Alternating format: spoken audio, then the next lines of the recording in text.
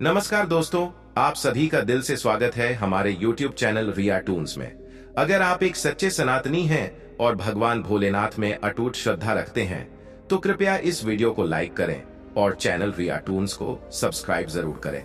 आज की जो कथा हम लेकर आए हैं वह बहुत ही प्रेरणादायक है, इसलिए इसे अंत तक जरूर सुने, क्योंकि गरुड़ पुराण में कहा गया है, जो कथा अधूरी छोड़ दी जाती है वह श्रोताओं को पाप का भागी बनाती है।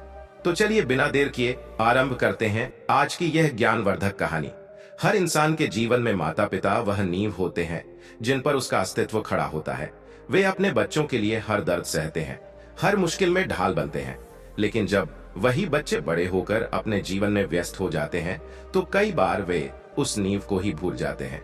यह कहानी एक ऐसे ही पिता की है जिसने अपनी जिंदगी अपने बच्चों को बनाने में लगा दी, लेकिन जब वक्त आया सहारे की तो उसे अपने ही बनाए घर से बेघर कर दिया गया।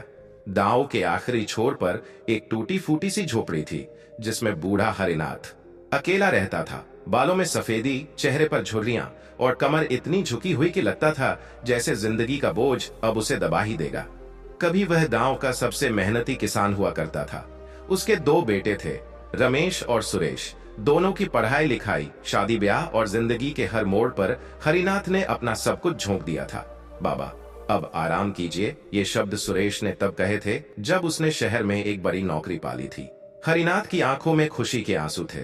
रमेश भी पास के शहर में छोटा मोटा व्यापार करने लगा था। हरिनाथ ने अपने खेत बेच दिए, वो घर भी रमेश के नाम कर दिया जहां सब बचपन में रहते थे। सोचा था बुढ़ापे में बेटे साथ होंगे, सेवा करेंगे, लेकिन वक्त को शायद कुछ और ही मंजूर था। शुरुआत धीरे धीरे हुई। पहले रमेश ने कहा, बाबा कुछ दिन सुरेश के पास रह लीजिए, मेरे बच्चों की पढ़ाई में परेशानी हो रही है। हरिनाथ चुपचाप सुरेश के पास चला गया। वहां भी कुछ दिन बाद बहू की बातें चुभने लगी। घर छोटा है, बच्चे बड़े हो रहे हैं, बाबा को अब गांव ही भेज दो। हरिनाथ समझ गया था, अब वह खुद को बोझ समझने लगा था। एक दिन चुपचाप बैग में 2 जोड़ी कपड़े डाले और गांव लौट आया। लेकिन गांव में अब न खेत था न घर। जो घर कभी उसका था उसमें अब किराएदार रहते थे। खेत अब रमेश के नाम था और वह भी किसी बिल्डर को बेच चुका था। हरिनाथ गांव के मंदिर के पास एक टूटे फूटे कमरे में रहने लगा। वहीं लोग खाने को दे जाते, वहीं एक बूढ़ी सी खाट पर दिन रात बीतते। उसके पास न टीवी था न अखबार, बस यादें थीं। अपने बच्चों की हंसी, उनके पहले कदम, स्कूल की पहली घंटी और वो दिन जब उन्होंने पहली बार पापा कहा था। एक दिन गांव में रामदीन नाम का एक सामाजिक कार्यकर्ता आया। वह शहर से गांव में वृद्ध लोगों की स्थिति पर रिपोर्ट तैयार कर रहा था। मंदिर के पास बैठा हरिनाथ उसकी नजरों में आ गया। रामदीन ने कुछ देर उसके पास बैठकर बात की। बाबा, आपके बेटे कहाँ हैं? हरिनाथ ने हंसते हुए कहा, वो बहुत व्यस्त हैं बेटा, उन्हें वक्त नहीं मिलता। और फिर मैं कौन होता हूँ उन्हें परेशान करने वाला। रामदीन को हरिनाथ की बातों में कुछ तो छिपा हुआ लगा। उसने और भी वृद्धों से बात की और पाया कि ऐसा अकेले हरिनाथ के साथ नहीं हो रहा था। गांव में कई ऐसे माता पिता थे जिन्हें उनके बच्चों ने छोड़ दिया था। रामदीन ने सोचा कुछ करना होगा। उसने गांव के पंचायत प्रमुख से बात की, गांव के युवाओं को इकट्ठा किया और एक वृद्ध सेवा केंद्र की स्थापना की। हरिनाथ वहां का पहला सदस्य बना, लेकिन यह राहत सिर्फ कुछ हफ्तों की थी। एक दिन सुरेश शहर से आया। उसे किसी ने बताया था कि बाबा अब वृद्ध सेवा केंद्र में रहते हैं। वह गुस्से में आग बबूला हो गया। बाबा को क्या जरूरत थी वहां जाने की? समाज में क्या इज्जत रह जाएगी हमारी? रामदीन ने जब उसे जवाब देने की कोशिश की तो सुरेश ने झुंझलाते हुए कहा, आपको क्या मतलब? ये हमारा पारिवारिक मामला है। हरिनाथ चुप था। आंखें नीची थीं जैसे खुद से शर्मिंदा हो, लेकिन रामदीन अब चुप नहीं रहना चाहता था। अगर आप अपने पिता की सेवा नहीं कर सकते तो कम से कम उन्हें यह हक तो दीजिए कि वो अपनी जिंदगी इज्जत से जी सके, रामदीन ने कहा। वहीं बैठा गांव का बूढ़ा महेश भी बोल उठा, आज हमारे बच्चों को लगता है कि हमने बस उनका पालन पोषण किया, उनके लिए जिया, तो अब हमारा कोई हक नहीं बनता। उनके जीवन में भीड़ इकट्ठा होने लगी। सुरेश असहज हो गया और चुपचाप वहां से निकल गया। हरिनाथ फिर से वृद्ध सेवा केंद्र लौट आया, लेकिन अब उसकी आंखों में कुछ अलग था। एक जिद, एक उम्मीद कि शायद वो अकेला नहीं है। हरिनाथ, जिसे उसके ही बेटों ने दर दर की ठोकरें खाने पर मजबूर कर दिया था, अब एक वृद्ध सेवा केंद्र में रह रहा है। सामाजिक कार्यकर्ता रामदीन ने उसकी हालत देख गांव में यह केंद्र शुरू किया था। लेकिन जब सुरेश को पता चला कि उसके पिता वृद्ध सेवा केंद्र में हैं, तो समाज में अपनी इज्जत की फिक्र करते हुए वह आकर विरोध जताता है। लेकिन उसे गांव वालों से विरोध का सामना करना पड़ता है। हरिनाथ वृद्ध सेवा केंद्र में रहने लगा, लेकिन अब वह पहले जैसा शांत और टूट चुका बूढ़ा नहीं था। रामदीन की बातों ने उसमें कोई चिंगारी जगा दी थी। वह रोज सुबह जल्दी उठता, दूसरों की मदद करता, सेवा केंद्र में लगे पौधों की देखभाल करता और वहां रहने वाले बाकी वृद्धों को किस्से कहानियां सुनाता। वृद्ध सेवा केंद्र अब धीरे धीरे एक घर जैसा लगने लगा था। वहां आने वाले हर वृद्ध की आंखों में एक जैसी कहानी होती, उम्मीद टूटी हुई, लेकिन जिंदा रहने की जिद अभी बाकी। एक शाम हरिनाथ बरामदे में बैठा था। सूरज ढल रहा था। पास ही बैठे थे नत्थू काका, जो कभी गांव के हकीम हुआ करते थे। उनके बेटे उन्हें छोड़कर किसी दूसरे शहर चले गए थे और पिछले 2 सालों से कोई हालचाल भी नहीं लिया था। हरिनाथ, सोचता हूं कभी खुद से पूछूं, क्या वाकई हमसे कोई गलती हुई थी? नत्थू काका ने अचानक पूछा। हरिनाथ कुछ देर चुप रहा, फिर बोला, हमने उन्हें उड़ने के लिए पंख दिए, लेकिन ये भूल गए कि जब वो ऊंचाई पर होंगे तो नीचे देखने का हुनर भी सिखाना था। इन दोनों की बातचीत को दूर से सुन रहा था रामदीन। वह अब हर रोज कुछ घंटे सेवा केंद्र में बिताता था। उसने कुछ दिन पहले एक योजना बनाई थी, गांव के बच्चों और युवाओं को वृद्धों से जोड़ने की। हम एक पीढ़ी को दूसरी से जोड़ेंगे, रामदीन ने कहा, ताकि बच्चे जान सकें कि ये बुजुर्ग कोई बोझ नहीं, अनुभवों का खजाना है। अब हर शनिवार को गांव के बच्चे सेवा केंद्र में आते। कोई गाना गाता, कोई चित्र बनाता, कोई कहानी सुनता, कोई खेल खेलता और धीरे धीरे इन बूढ़ी आंखों में फिर से चमक लौटने लगी। लेकिन इस शांति को बहुत दिन नसीब नहीं हुए। एक दिन गांव का सरपंच केंद्र में आया। उसके साथ 2 पुलिस वाले थे और एक कागज था। हरिनाथ जी, सरपंच ने कहा, यह नोटिस आपके नाम है। आपके बेटों ने अदालत में एक अर्जी दी है कि आप उनकी बदनामी कर रहे हैं और वो चाहते हैं कि आप सेवा केंद्र से हट जाएं। पूरा केंद्र स्तब्ध हो गया। हरिनाथ की आंखें फटी की फटी रह गईं। मैंने क्या किया?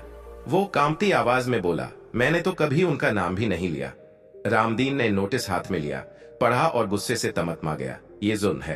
अगर बेटा बाप को घर से निकाल दे तो समाज कुछ नहीं कहता, लेकिन जब वही बाप किसी सहारे के साथ जीना चाहता है तो बेटे को इज्जत की चिंता सताती है। सरपंच ने कहा, रामदीन, तुम तो समझदार हो। तुम खुद भी जानते हो कि अगर मामला कोर्ट में गया तो बहुत कुछ बिगड़ेगा। तो बिगड़ने दो, रामदीन चिल्लाया। अब और चुप नहीं रहेंगे। हम भी कोर्ट जाएंगे।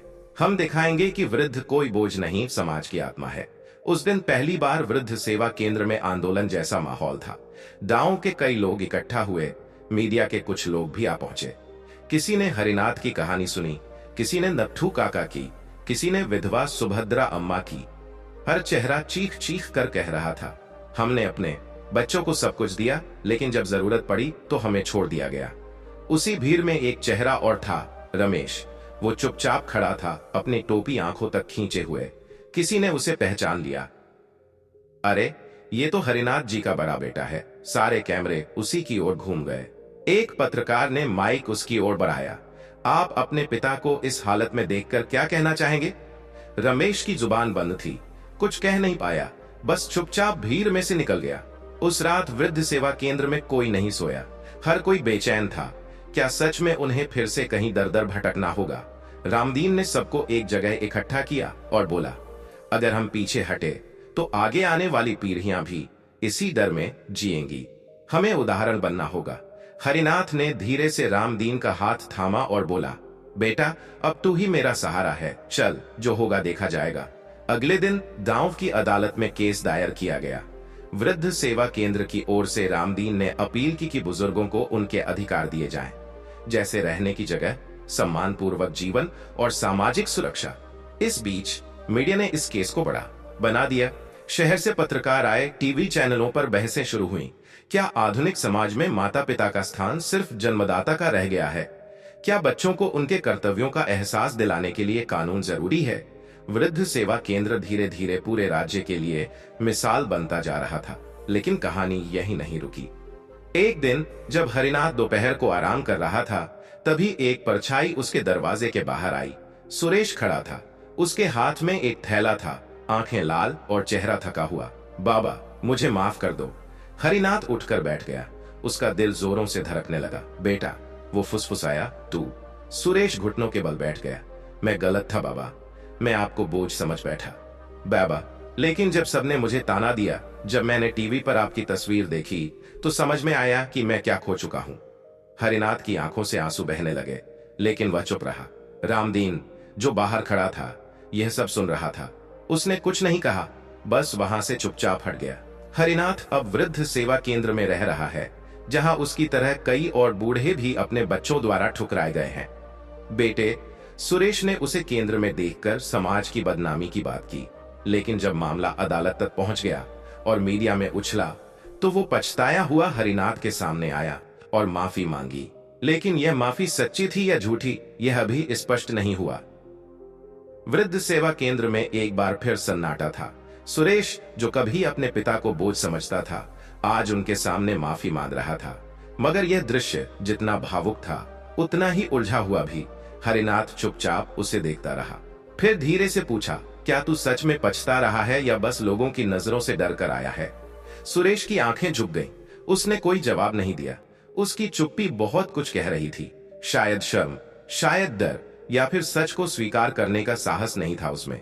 बेटा, माफ करना मेरी फितरत है, लेकिन क्या तू वो समय लौटा सकता है जब मैंने अपने ही बच्चों से नजरें चुरानी शुरू कर दी थी?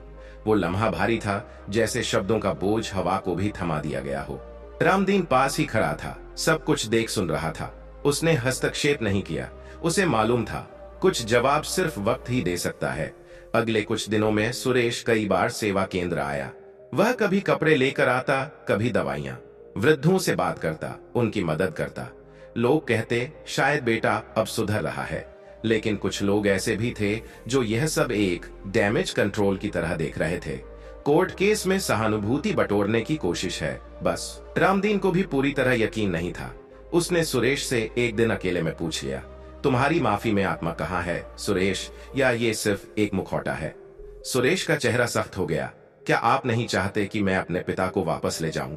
चाहता हूं, रामदीन बोला, लेकिन ये तुम्हारा फर्ज है, एहसान नहीं। बात वहीं खत्म हो गई। लेकिन रामदीन की आंखें सुरेश का पीछा करती रहीं। इधर सेवा केंद्र धीरे धीरे आंदोलन का केंद्र बनता जा रहा था।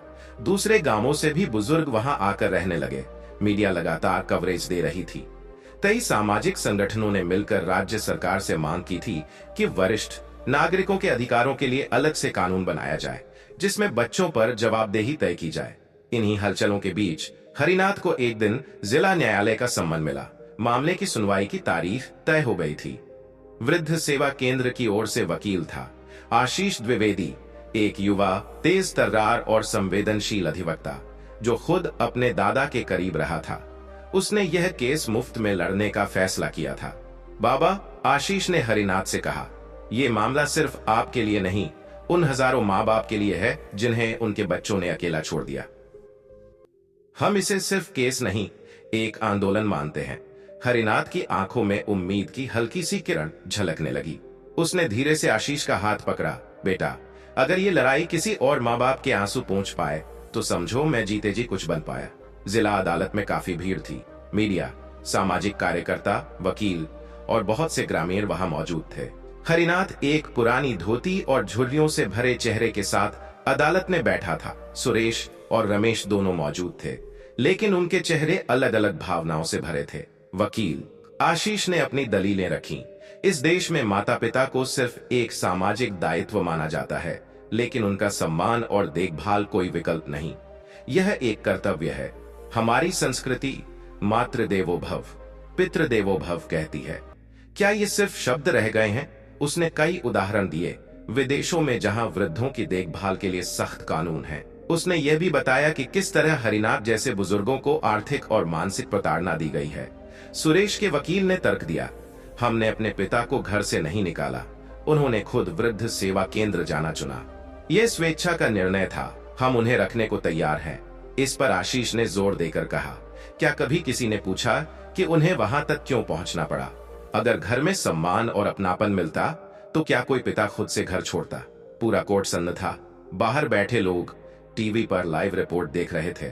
न्यायाधीश ने कार्यवाही को अगली तारीख तक स्थगित कर दिया, लेकिन एक अहम बात कही, यह मामला सिर्फ एक परिवार का नहीं, पूरे समाज की आत्मा का है। इसका निर्णय मिसाल बन सकता है। इन सब के बीच वृद्ध सेवा केंद्र में एक और नया मोड़ आया। एक महिला वहां दाखिल हुई, करीब 65 साल की, साड़ी में सलीके से लिपटी, चेहरा शांत लेकिन आंखें बोझिल। मेरा नाम कविता है, उसने कहा। मैं भी अकेली हूं। मेरे बेटे ने कहा कि अब न्यू लाइफ शुरू करनी है और उसमें मेरी जगह नहीं है। हरिनाथ उसे पहचान नहीं पाया, लेकिन रामदीन चौंक गया। आप तो कभी स्कूल में शिक्षिका थी ना, आपने ही मुझे पढ़ाया था। कविता जी मुस्कुरा दी। शिक्षा दी, संस्कार नहीं दे पाई, शायद अपने बेटे को। तो उस रात हरिनाथ और कविता जी घंटों बातें करते रहे। दोनों की कहानियां अलग थीं, दर्द एक जैसा। रामदीन अब एक नए विचार पर काम कर रहा था। हम एक ऐसा समुदाय बनाएंगे जहां ये लोग सिर्फ शरण नहीं पाएंगे, बल्कि समाज को कुछ वापस भी देंगे। किस तरह? आशीष ने पूछा। हम इन बुजुर्गों के अनुभवों को किताब की शक्ल देंगे, रामदीन बोला। एक बुजुर्ग, एक कहानी, एक सीख। हरिनाथ ने सिर हिलाया। शायद यही हमारी असली विरासत होगी। हरिनाथ का बेटा सुरेश अपने पिता से माफी मांगने सेवा केंद्र आता है, लेकिन उसकी नीयत पर सबको शक है। वृद्ध सेवा केंद्र अब आंदोलन का केंद्र बन गया है। मामला कोर्ट में है और समाज में हलचल मची हुई है। इस बीच कविता नाम की एक शिक्षिका केंद्र में आती है, जिसकी कहानी भी हरिनाथ जैसी ही है। रामदीन अब एक बड़े परिवर्तन की योजना पर काम कर रहा है। अदालत की अगली तारीख से पहले वृद्ध सेवा केंद्र में तैयारियां चल रही थीं। अब यह सिर्फ एक जगह नहीं थी जहां लोग रहने आते थे, यह एक घर बनता जा रहा था। एक ऐसा घर जहां रिश्ते खून से नहीं, दर्द से बनते थे। हर कमरे में कुछ लोग थे जो अपने हिस्से की पीड़ा बांटते और दूसरों की बातों में सुकून ढूंढते। हरिनाथ अब पहले से ज्यादा सक्रिय हो गया था। वो कविता जी के साथ मिलकर केंद्र के बुजुर्गों को पढ़ाने की योजना बना रहा था। पढ़ना लिखना नहीं, जिंदगी को पढ़ना। कविता जी, क्यों ना हम अनुभव कक्षा शुरू करें?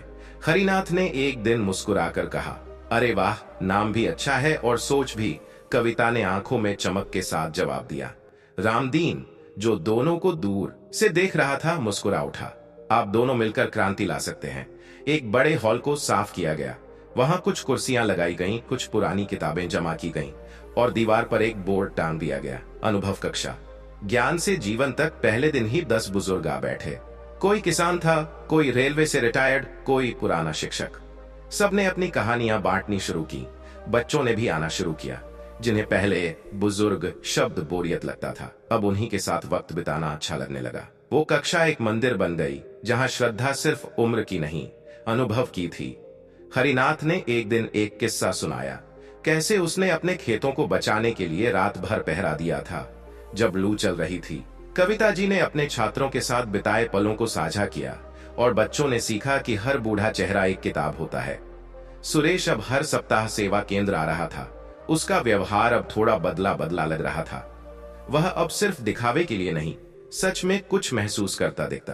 पर रमेश, वो अब तक गायब था। न फोन, न कोई संदेश।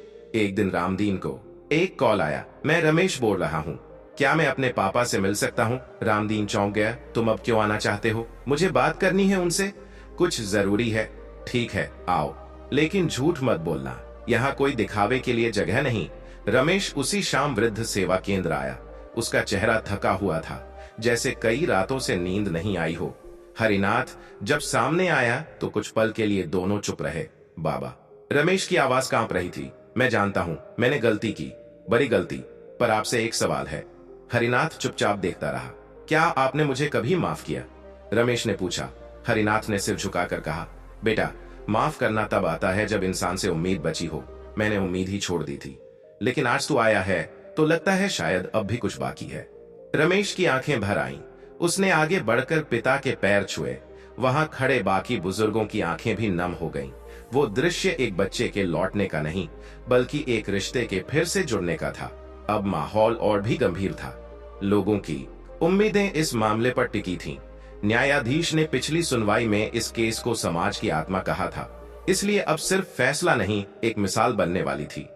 इस बार आशीष ने कुछ नए सबूत अदालत में रखे, कुछ वृद्धों के बयान, कुछ तस्वीरें और एक छोटी डॉक्यूमेंट्री जिसमें बताया गया था कि कैसे हरिनाथ और जैसे बुजुर्गों को सामाजिक और मानसिक रूप से उपेक्षित किया गया। अंत में आशीष ने कहा, अगर कानून बच्चों को विरासत का अधिकार देता है तो क्या उसे माता पिता की सेवा का दायित्व नहीं देना चाहिए? पूरा कोर्ट रूम तालियों से गूंज गया। जज ने फैसला सुनाने की तारीख एक हफ्ते आगे बढ़ा दी, लेकिन इतना जरूर कहा, इस अदालत को समझ आ रहा है कि कानून से पहले समाज को खुद से सवाल पूछने की जरूरत है। अब अनुभव कक्षा का विस्तार हो चुका था। कई स्कूलों ने इसे अपने पाठ्यक्रम में जोड़ने की योजना बना ली थी। कविता जी और हरिनाथ अब केंद्र की रीढ़ बन चुके थे। रामदीन ने एक बड़ा सपना देखा, एक ऐसा केंद्र जो सिर्फ एक राज्य में नहीं, पूरे देश में फैले।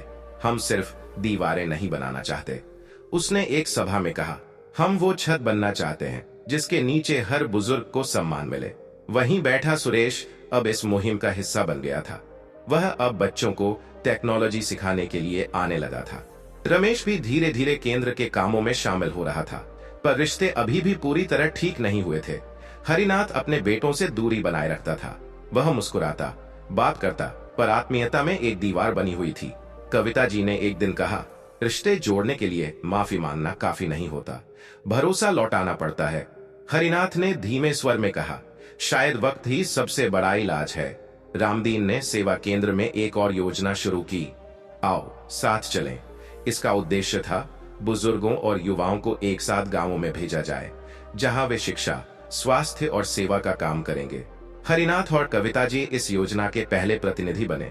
दोनों को एक पास के गांव भेजा गया, जहां बच्चों की पढ़ाई छूट गई थी और बुजुर्गों को कोई पूछने वाला नहीं था। जब वे गांव पहुंचे तो बच्चों ने झिझकते हुए नमस्ते किया और बुजुर्गों ने आश्चर्य से देखा। ये लोग क्यों आए हैं हमारी मदद करने? हरिनाथ ने जवाब दिया, क्योंकि हम तुम्हारी तरह हैं, अकेले पर हार मानने वाले नहीं। हरिनाथ अपने बेटों द्वारा त्यागे जाने के बाद वृद्ध सेवा केंद्र में रहने लगता है। वहां वह रामदीन और कविता जैसे साथियों से मिलता है और अनुभव कक्षा जैसे अभियान शुरू करता है, जो समाज को बुजुर्गों के महत्व का एहसास दिलाता है। अदालत में केस चलता है, जिससे पूरे समाज में चर्चा होती है। सुरेश और रमेश जैसे बेटे भी धीरे धीरे बदलते दिखते हैं, लेकिन हरिनाथ का दिल अभी पूरी तरह से नहीं पिघला। कहानी अब अपने अंतिम मोड़ पर है। वो सुबह बाकी दिनों से अलग थी। वृद्ध सेवा केंद्र में टीवी पर न्यूज चैनल वालों की भीड़ थी। हर कोई एक ही खबर दिखा रहा था, आज जिला अदालत में ऐतिहासिक फैसला सुनाया जाएगा, जो बुजुर्गों के अधिकारों को नई परिभाषा देगा। हरिनाथ, कविता जी, रामदीन और बाकी सभी सेवा केंद्र के लोग टीवी के सामने बैठे थे। कोर्ट के बाहर भीड़ जमा थी। कुछ लोग पोस्टर पकड़े खड़े थे, माँ बाप बोझ नहीं होते, संस्कार कानून से पहले सिखाओ, वरिष्ठ नागरिकों का सम्मान। हर हाल में जज ने फैसला सुनाते हुए कहा, यह अदालत इस निष्कर्ष पर पहुंची है कि बुजुर्ग माता पिता की देखभाल केवल नैतिक जिम्मेदारी नहीं बल्कि कानूनी दायित्व भी होनी चाहिए। इस विशेष मामले में सुरेश और रमेश को आदेश दिया जाता है कि वे अपने पिता के भरण पोषण और सम्मानजनक जीवन के लिए हर संभव सहयोग करें। अगर वे ऐसा नहीं करते तो अदालत उन पर जुर्माना और कारावास तक का प्रावधान लागू कर सकती है। इसके साथ ही जज ने एक विशेष सिफारिश की, राज्य सरकार वरिष्ठ नागरिकों के अधिकारों की रक्षा के लिए विशेष विधेयक तैयार करे, जिसमें माता पिता की देखभाल न करने पर सजा का प्रावधान हो। पूरा कोर्ट तालियों से गूंज गया। हरिनाथ मुस्कुराया, लेकिन उसकी मुस्कुराहट में जीत का गर्व नहीं, एक गहरी शांति थी। जब हरिनाथ सेवा केंद्र लौटा तो उसका स्वागत जैसे किसी विजेता का हो रहा हो, लेकिन वह सबसे पहले उस कमरे में गया जहां अनुभव कक्षा की शुरुआत हुई थी। दीवार पर अब बहुत सारी तस्वीरें थीं, बुजुर्गों के चेहरों की, बच्चों के साथ लम्हों की, और सबसे ऊपर लिखा था, हर झुर्री एक कहानी है। उस शाम सुरेश और रमेश सेवा केंद्र आए। दोनों अब पहले से बदल चुके थे। उन्होंने केंद्र में सभी से माफी मांगी और खुलेआम स्वीकार किया कि उन्होंने अपने पिता के साथ अन्याय किया था। रमेश ने कहा, बाबा, हमने आपको खोकर जाना कि आप क्या है, हम फिर से आपका भरोसा जीतना चाहते हैं, अगर आप इजाजत दें तो। हरिनाथ ने लंबी सांस ली। बेटा, इजाजत तो दी जा सकती है, लेकिन भरोसा धीरे धीरे ही लौटता है। पर मैं कोशिश करूंगा, अगर तुम भी करोगे। और पहली बार दोनों बेटों ने अपने पिता को गले से लगाया। कुछ महीने बाद अनुभव कक्षा अब सिर्फ एक केंद्र नहीं, एक अभियान बन चुकी थी। राज्य सरकार ने इसे पूरे राज्य में लागू किया और कई स्कूलों में बुजुर्गों को आमंत्रित किया जाने लगा। रामदीन, जो कभी खुद एक बेसहारा वृद्ध था, अब योजना सलाहकार बन चुका था। उसने हरिनाथ और कविता जी को गौरव सम्मान दिलवाया, एक ऐसा सम्मान जो समाज ने उन्हें अब तक नहीं दिया था। एक शाम हरिनाथ और कविता जी सेवा केंद्र की छत पर बैठे थे। आसमान में हल्की सी ठंडी हवा थी। कविता जी ने मुस्कुराकर कहा, आपको कभी किसी चीज की कमी महसूस होती है? हरिनाथ ने कुछ पल सोचा, फिर बोला, कभी कभी एक साथी की, पर अब जब आप हैं तो नहीं। कविता मुस्कुरा दी। तो चलिए साथ में किताब लिखते हैं। नाम रखेंगे झुर्रियों में छुपी जिंदगी, और अगला अध्याय हम साथ में लिखेंगे। हरिनाथ ने कहा। सेवा केंद्र अब एक आश्रय नहीं, प्रेरणा बन चुका था। वहां आने वाले अब खुद को पीड़ित नहीं मानते, बल्कि समाज के मार्गदर्शक मानते। बुजुर्गों की झुर्रियां अब शिकायतें नहीं, गर्व की कहानियां थीं। हरिनाथ, जो कभी अपने ही बच्चों के दरवाजे से लौटा दिया गया था, अब हजारों के लिए पितासा बन चुका था। कभी कभी इंसान को अपने ही बच्चों से दूर जाकर दूसरों के लिए पिता बनना पड़ता है, पर जब समाज जाग जाए तो वही बूढ़े कंधे सबसे बड़ा सहारा बन जाते हैं। मित्रों, हमारी आज की कहानी यहीं खत्म होती है। हमें पूरी उम्मीद है कि आपने इस कहानी का भरपूर आनंद लिया होगा और इससे आपको जीवन के लिए कुछ मूल्यवान सीख जरूर मिली होगी। यदि आपको यह कहानी पसंद आई हो तो कृपया वीडियो को लाइक करें और हमारे चैनल रिया टून्स को सब्सक्राइब करना न भूलें। हम फिर मिलेंगे एक नई प्रेरणादायक कहानी के साथ। तब तक के लिए दीजिए हमें इजाजत। नमस्कार।